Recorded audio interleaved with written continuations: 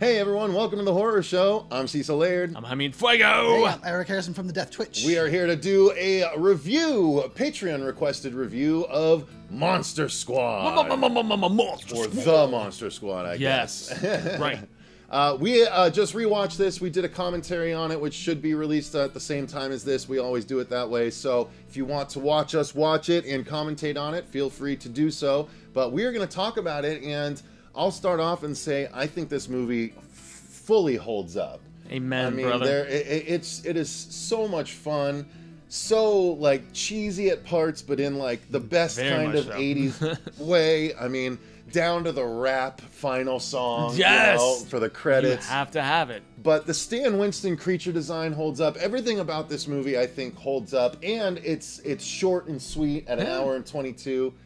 Brisk I and to the point. really dig it. I think it holds the hell up. Fuego? Brisk and to the point, man, which is another thing that I love about this. But also because, as Eric said during our commentary, I was introduced to the Universal Monsters through this movie, not through the Universal Monsters black and white films. It was this movie. And I was like, oh, these are like the classic, like most celebrated, renowned, well-known creatures. And seeing this in syndication as a kid, man, it just, it laid the groundwork for so much more that came years later. So that's why I love this movie, because it was my introduction to monster, like classic monster culture in a lot of ways. Okay. Eric?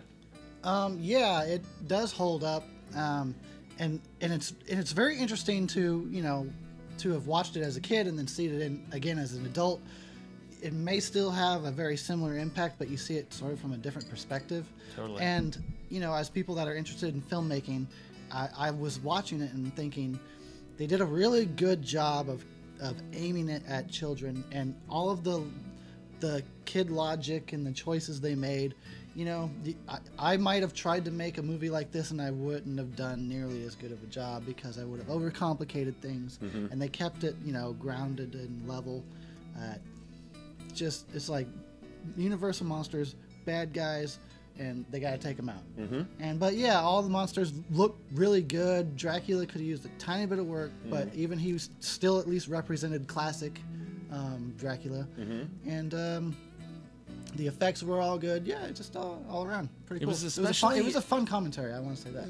Yeah. It was especially edgy for kids, though. I have to say, and that's something that I really just proclaim about this movie, is the fact that it pushed the boundary for a PG-13 film for kids. I mean, I was like, 10, 11 or whatever, somewhere around that age range when I saw it, and it's still like they push limits that I don't think that they do anymore with modern PG-13 and stuff, especially gore-wise, and I appreciate the hell out of that because I like gore in horror movies. I feel like it adds stakes and just makes things really seem much more fearsome and scary and effed up, So yeah, it sells it, man. It really does. So let's talk about the story real quick, in case you guys haven't seen it somehow. The Universal Monsters apparently are able to raise themselves every 100 years and try and get this amulet in order to take over the world.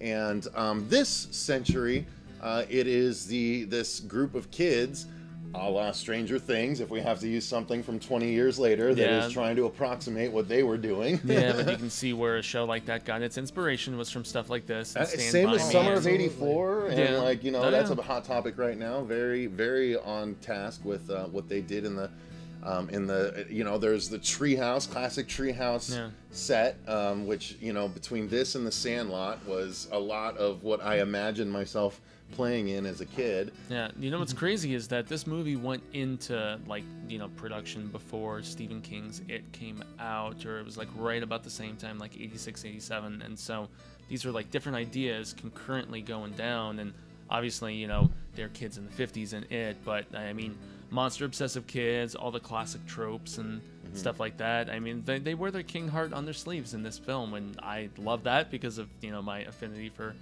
El Rey. So yeah, I mean the kids wearing the shirt at the beginning. Yeah, for so God's this sake, group of kids has to take on the Universal Monsters: Dracula, Frankenstein's monster, Creature from the Black Lagoon, who am I missing? Mummy. The Mummy. Thank you. The werewolf, and the werewolf, of course. The Wolfman. So all of these creatures are now out and about again, done by Stan Winston. Amazing production design and creature design. Yeah, makeup, prosthetics, everything looks really solid in this movie. I think these creatures super hold up, man. Yeah. So yeah, I mean that's the long and short of it. The kids have to fight the Universal monsters. It's pretty simple and it's very fun. well done. Yeah, It's super fun. and it's written by Shane Black and Fred Decker. And Shane Black, we all know from a lot of different things, but specifically coming up, the Predator movie, because he was in the original Predator movie. Indeed he was, but those two have worked on stuff together and separately pretty prolifically. I mean, Fred Decker, a lot of history with Tales from the Crypt, wrote a few episodes there, and was like one of the showrunning guys at one particular point, or at least assisting. And then Night of the Creeps, as we talked about with Eric. And I mean, yeah, man, those guys, anytime they put their imprints on something, I think it's pretty awesome. Yeah. So I was saying that during the movie when I said like just two talented guys. Of course the dialogue is interesting and awesome, and like this movie is balanced is a good word. It's got their flavor. It's distinctive with like the banter between and I'm like, these kids are talking like this. Okay, yeah, it's some people may say the Kevin Smith effect, where it's like real people don't talk like that. I don't necessarily think so. If you're a little bit more of an intellectual and you've engaged enough with people that are like sharp on their feet and discussion and stuff like that, not everybody's a bump on a log. So. Eric, what did you think of the story? How it played out? Oh, I didn't even know what was going on. But that goes right back into what I was saying earlier about how simple it was and how simple it was kept, and it was good doing that for making a kids horror movie. Like I feel like this is clearly not aimed at adults or whatever, not teenagers. This was aimed at children, and you got to keep it simple. Yeah. They got a certain kind of mind span or attention span, so keep it simple, stupid. But I mean, that's the difference now. Growing up, now I'm like, wow, there was nothing to that. But as a kid, it was fine because I needed to get into the action with the fucking monsters, Yeah, it's very streamlined, man. But that's actually one of the things that I like about it. It's all killer, no filler. If I want to use a cliche of sort, there's no fat to it. It just goes. Well, let's talk about the acting. The kids. All the kids are great. All the kids are amazing, especially the little girl, though. The little girl, to me, steals the show. Every scene that she's in, she's super heart-meltingly cute. That's why I mentioned it early on in the commentary, man. I was like, I never had a little sister, but that's like the super, like, just funny and endearing, kind of performance that would be good. Yeah. She almost stole the show, really. And that's why I was asking, like, her and who Frank, is man. she? Because I'm curious if she kept going and... I'm curious what kind of actress she might young be now. age too. Yeah, we'll have to check it out. But yeah, her relationship with Frank was amazing. It's the cuteness, man. To be real, I mean, come on. Now, what about the the adults are serviceable. They're actors that we've seen in other things before. Yeah. I'd be hard pressed to think of exactly what, but I know we. But they serve their purpose and they're not terrible. They all just do their one-dimensionalness very well. I think so. Yeah. The older dude did a good job, and then the father does That's right, the creepy German job. guy. And actually, to be fair, I mean, even though, I agree with you about some of the Dracula stuff, I think the guy who played Wolfman does a damn good job as one of the adult actors. Oh yeah, totally. He like almost like he was in a different movie. Yeah, he was really good. He's like, I'm in an R-rated '80s horror movie, and I am just going for it. And he's like, thank you. Yeah, well, at the end, specifically, I think he really shines too. But I just, the acting is fun. It all works together. It's like the perfect soup. Yeah, the dog was great. Perfect soup. Jake, by the way, plays Pete. Let's give proper credit. Oh shit, Jake! Shout out. Hey, Jake. Now the effects. Again, we mentioned the makeup effects from Stan Winston. Lots of amazing makeup and creature effects. But there's also some gore effects. Yeah, for a mostly PG-13. all for creature stuff. I can't shut up about it, but it's I'm surprised it's there.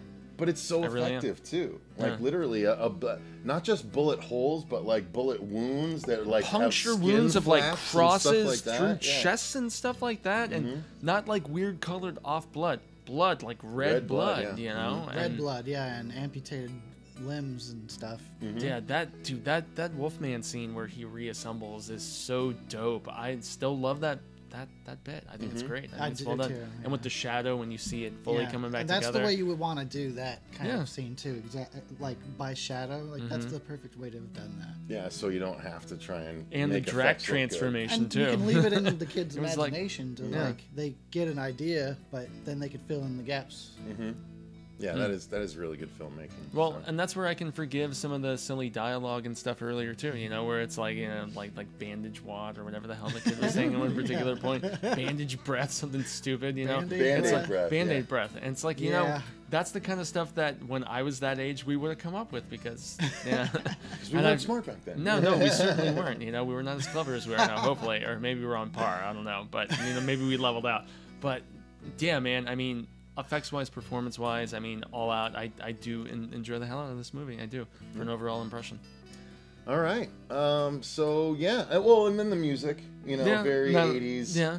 Synthy at times. And also very silly in the montage bit, which we all laughed about. Yes. I said I it was the shocked typical 80s that montage. even made it into the movie. Well, and again, the rap. I like them making the credits silver is bullets. crazy, I'll take too. the rap in the credits, but How many different that horror montage movies song like was such a montage song. Yeah. Well, not just horror movies, but movies. And, Like, yeah, again, yeah, 1987, 80s period. Yeah. I think, was Teenage Mutant Ninja Turtles also, and that ended with T-U-R-T-L-E power. T-U-R-T-L-E it was either 87, 88, power. yeah. Yeah, And it then was 87, obviously, I think, and then obviously they had But the Vanilla movie? Ice and Yeah, No, the it was movie. I thought Ninja Turtles was- 1990. Was it 90? Teenage Mutant Ninja Turtles was 90? Dude, I was I'm gonna a say I Turtle thought it fan. was All right, like, I'll believe you. I'll believe you you. know. But still, it's in I that was Kevin watching- 3-year Eastman. gap. Watching Kevin it- Eastman's the I was shizzle. watching the fight with Shredder Oh, okay. last night. But still, that's only 3 years Literally difference. last So night. I mean, it was a rap song over Yeah. the end credits, is my point. Well, and Go I Ninja, got Go you. Ninja, Go I in got the you. second one, for God's sake. Oh, I I know, mean, right? come on. But he doesn't need to get over there. But yeah, so Monster Squad holds up, guys. If you Damn didn't right know, it does, dude. Go I watch it love again. this movie. It's a lot of fun. If for whatever reason you haven't seen it, then you're doing yourself a disservice. It is just great. It's the Sandlot mixed with monsters, really. Make your kids watch it and your nephews and stuff like that. Yeah, I mean, Yes. they'd love it. They'd love it. And it's not scary to the point of them, like, coming to you for nightmares. Because, honestly, the movie sets it up Still where gory. if your kid has nightmares, they can just imagine Frankenstein as their As your homie. protector. Yeah, exactly. So they kind of cover that base. Homies. Oh yeah, can we just give him a shout out? I thought he did a really guy that good did job. Frankenstein He's a was great amazing. Frank, man. Yeah. He's Good actually, Frank. he might be my favorite Frankenstein in film. Just because He was he's good. so It's good. bold. And, It's and- bold. well, I mean, Well, who and else it's do we the have? it's the We have- vulnerability and everything that I mentioned during the commentary, man. The fact that he feels so like he has conviction and personability and a remaining shred of humanity within him, and Well, that's it's him, Boris Karloff, and Robert De Niro, right? Yeah, That's who we well, have. De Niro in the, Well, in the there's Mary been a Shelley lot. Frankenstein. Well, that's true. And then there's There's the way I more than that, Frankenstein man. But guy, the guy that they're all was Two-Face played I forgettable. Frankenstein also. Yeah. Well, I was thinking. Well, the way I was thinking about it was because I know there's been a ton of Frankensteins Tons, since the dozens. beginning, Sure, and yeah. the fact that in the '80s they were still able to bring up like a whole like this guy was able to deliver a really good one after so many people have already done it. The makeup work was impressive. really good. It's The true. And makeup the and makeup was prosthetic great. work was really good. He looked on point and like genuine, legit. So, Yeah, it was a good job, especially on him. Of all the creatures, Absolutely. like the Black Lagoon looked good, but Frankenstein looked legit. Yeah. He did. Straight Well, they did up, his yeah. hands, too. That's a key thing that a Yeah. lot of people don't think about. Mm-hmm. So, anyway, guys, I think that's going to do it for our review of the Monster Squad. Thank you again to our patrons for selecting it for August. We greatly appreciate you guys. If you guys want to become a patron, job. the link is in the description box down below. We appreciate And you can ya. pick movies like this for us to do. So, thanks again for watching. I've been Cecil Laird. Gracias up in Jaime and Fuego. I'm Eric Harrison from I the haven't Death remembered any time. And remember, Stay stay scared. scared.